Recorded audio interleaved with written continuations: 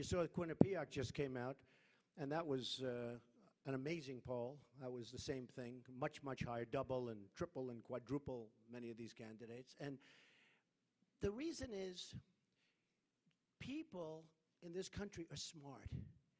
They don't believe a lot of what they see in the media, because if you believe these people, you know, why are they doing this? I mean, why are they even saying it?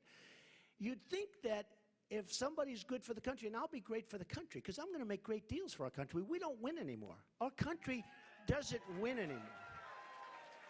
You'd think if somebody's even a liberal person or a Democrat liberal, and I mean really liberal, if somebody's going to make the country, why are they knocking it? Why are they knocking it? Why do they fight? You'd think they'd say, let's do it. It's good. It's good for all of us. Because our country's in trouble. We owe now $19 trillion. You know, I've been saying 18 for a while. But now it starts to go up quickly. And by the way, when Obamacare kicks in, which is really kicking in 16, you want to see bad deficits? You want to see it go up? You're going to really see it go up, because that has a huge negative impact, not only on jobs, but on the deficit itself because of the cost. And it's no good. Have you been noticing, and you've seen it yourself, the premiums have gone through the roof, right? The deductibility, unless you're close to death, you're never going to use it. You can't use it because the deductibilities, it's so high. But the premiums are up 30, 40, and 50% and more. It's a disaster. And on top of that, it's going to cost the country a fortune. So it's not only costing you a lot of money, it's going to cost the country a fortune. So we have to do something about it. And we have to do something importantly about it. But when I see the people on television, and I have to tell you, I won't mention names. Some of them, when they hear my name, I was talking, we have a great reporter today from the Wall Street Journal with us, okay, who came down. And she actually said, you know, some of them, when they hear your name, it looks like they're a boiler ready to explode. It's true. Just, Now, number one, they look bad because they said, do you remember the beginning? Like 3-4 months ago, they'd say, he's a clown. He's a clown, just having fun. You know, I went to a great school. I did great. Everything was great. I came out, I made a fortune, which I want to use the brain for you, but I made a fortune. I then did a book called The Art of the Deal, and many bestsellers. The Art of the Deal being probably the best-selling business book of all time. Who has read The Art of the Deal? Yeah, most people. And almost everybody. And I jokingly say, but I mean it, the Bible tops it by a long way. I say that. Said it the first time the other night in Iowa, and people like that, but it's true. Nothing tops the Bible. But The Art of the Deal, great success. Many books, bestsellers, many bestsellers. Then I do The Apprentice. I've never done television. I do The Apprentice. It's one of the most successful shows ever on television, by the way. And NBC renewed The Apprentice. You know that, right? For me. They came up to my office, the head of Comcast, great guy. I won't use names, just say Steve. No, honestly, he's a great guy. One of the best in the country. He came up with the heads of NBC. And they said, 6 months ago, they said, Donald, we're renewing The Apprentice. Please, you have to do it. I said, honestly, Steve, I'm running for president. I want to make our country great again. I want to make it. And they didn't believe me. And I said it 4 times. They didn't believe me. Nobody believed I was going to run. Nobody. My wife didn't even believe me, but now she does. But she actually said, if you actually say you're going to run, you're going to do great, because people like you. She actually said they love you, but I don't want to brag. But she said, if you actually run, not, you know, you may run, you may not run, who knows. Thank you. But she said, if you actually say, so the NBC guys come up, terrific people. I mean, honestly, I had a great relationship with NBC for 12 years. We had many, you know, number ones, and The Apprentice, and continues to do great. You know, last season, you know how well it did. So they wanted to renew for many shows. In fact, Mark Burnett called up. You know, Mark Burnett did Survivor, Apprentice. So Mark Burnett, who's a great guy, he calls up, he goes, I don't believe it. You're not taking a renewal. The word is renewal. I said, that's right, Mark, I'm going to run for president. No, you have to. Nobody doesn't take a renewal. It's unheard of in primetime television. 2 hours. Prime time. Are you crazy? You know, I said, Mark, I have to do this.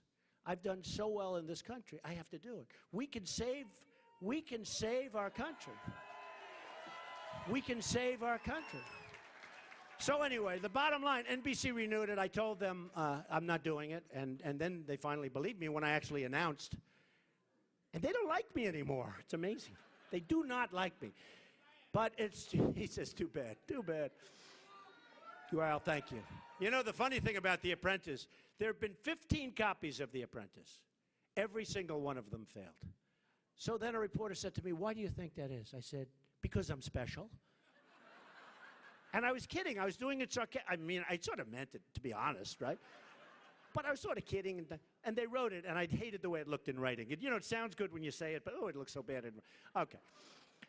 But so I had a great experience. So here I am, great schools, great brain, great success, build a great company, do The Apprentice, tremendous success. When I did The Apprentice, a certain critic said, it will never be successful. Because, you know, to have a big hit, a number one hit, you have to, and you remember that first season had one of the highest ratings ever. The finale of The Apprentice, oh, you remember with the great Bill Rancic, and remember how that was? Incredible. But to have a great success, you have to have women. And I'll never forget, I saved the article, right? Like Harry Truman saved it, where it said Truman loses, and he actually won, remember? But I saved this article. They said, Trump can never succeed on television because why would women want to watch Donald Trump? And I said, am I so bad? Am I so bad? Tell me, am I so bad? And it turned out that women were the biggest base. I mean, those were the ones that liked it the most. So, you know, I saved those things. But no matter how you cut it, we can do something so incredible. And honestly, it's going to be hard. It's going to be a lot of work. It's going to be a lot of time. I wouldn't leave the White House. You know, Obama always leaves the White House. Think of it. You're elected president. You're in the White House. Why would you want to leave? I think I'd maybe never leave. How cool is it? He leaves to go to some place and go fundraisers. I'd try. I don't know. Maybe there's some rule against it, so maybe I can't. But I'd do the fundraisers in the White House. He and his wife left. I think one was doing the Ellen show, another was doing another show, right next door in Burbank, California. They left a couple of hours difference. One took Air Force One. One took a beautiful Boeing 757. Two planes, a little bit different timing, going to the same location, going to the same airport to do two different shows. And I say, why? Why aren't they flying at least the same plane? Now, I know what those suckers cost because I happen to have one of them, right? So I know what it costs to operate these planes. So I would have said much different. More important, the time and the energy. But I would have said Ellen, or I would have said whoever's doing the show, let's do it from the White House. This way I take a half an hour, I go back, I don't spend any money of the taxpayers. Think of it. No, think of it. Think of it. And you know, the funny thing is that whoever the host is would like it better. We're doing our show live from the White House or something. So we don't pay any money. We don't have to fuel up Air Force One, which costs you, do you ever see what it costs to travel in these things? With hundreds and hundreds of securities, and you're closing down Burbank, California. I mean, every time Obama comes to Manhattan to do a fundraiser, which is often, I say, what's going on? You can't move. They close down all the streets. They close down the city. And he could do it from, like, Washington. In fact, he could do it in my new hotel that I'm buying, which is only a couple of blocks. You know, I'm building, it's true. I'm building this incredible hotel on Pennsylvania Avenue, and it's going to be incredible, the old post office.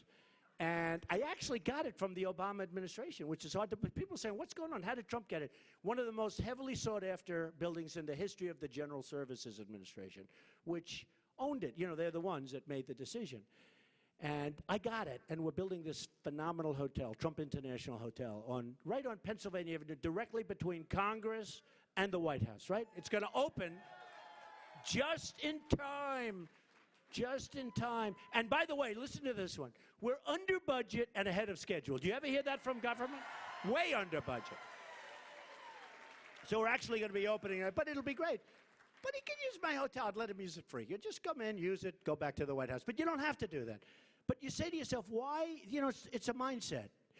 But more importantly, even than the travel, we have so many things we have to do to straighten out our country.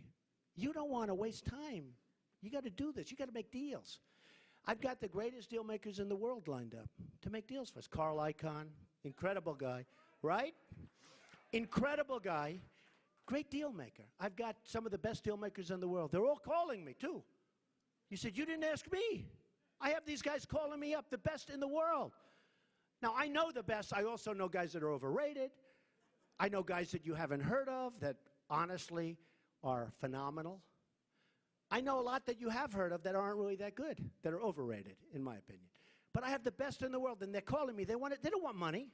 They're worth billions of dollars. But when I put, let's say, Carl Icahn in, I'll say, Carl, do me a favor, handle China. We're going to make a great deal. No, we're going to make a great deal. Because that's what happens. You know, that's what happens. So we're going to take back our trade. If you look at China, if you look at Japan, I was in Los Angeles a few weeks ago. I saw ships, the biggest ships I've ever seen, with cars pouring out, one after another, made in Japan, very nice, everything's nice. Except it doesn't help us. Where does it help us? Where does it help us? We sell them beef.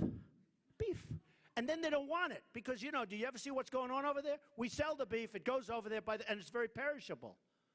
So by the time it gets over there, then they turn it around. We don't want it. And they have cars coming from these massive ships. Massive. And they just pour off the ships. I say, what are we doing? How stupid are we? No tax, no nothing. And I'm a free trader. I believe in free trade. You don't have to say it. But I have to be fair trade. When you look at Japan, they take in money up here, and we give them money down here. We give nothing by comparison. It's like peanuts. Balance it out, fellas. You know, balance it out. You got to balance it.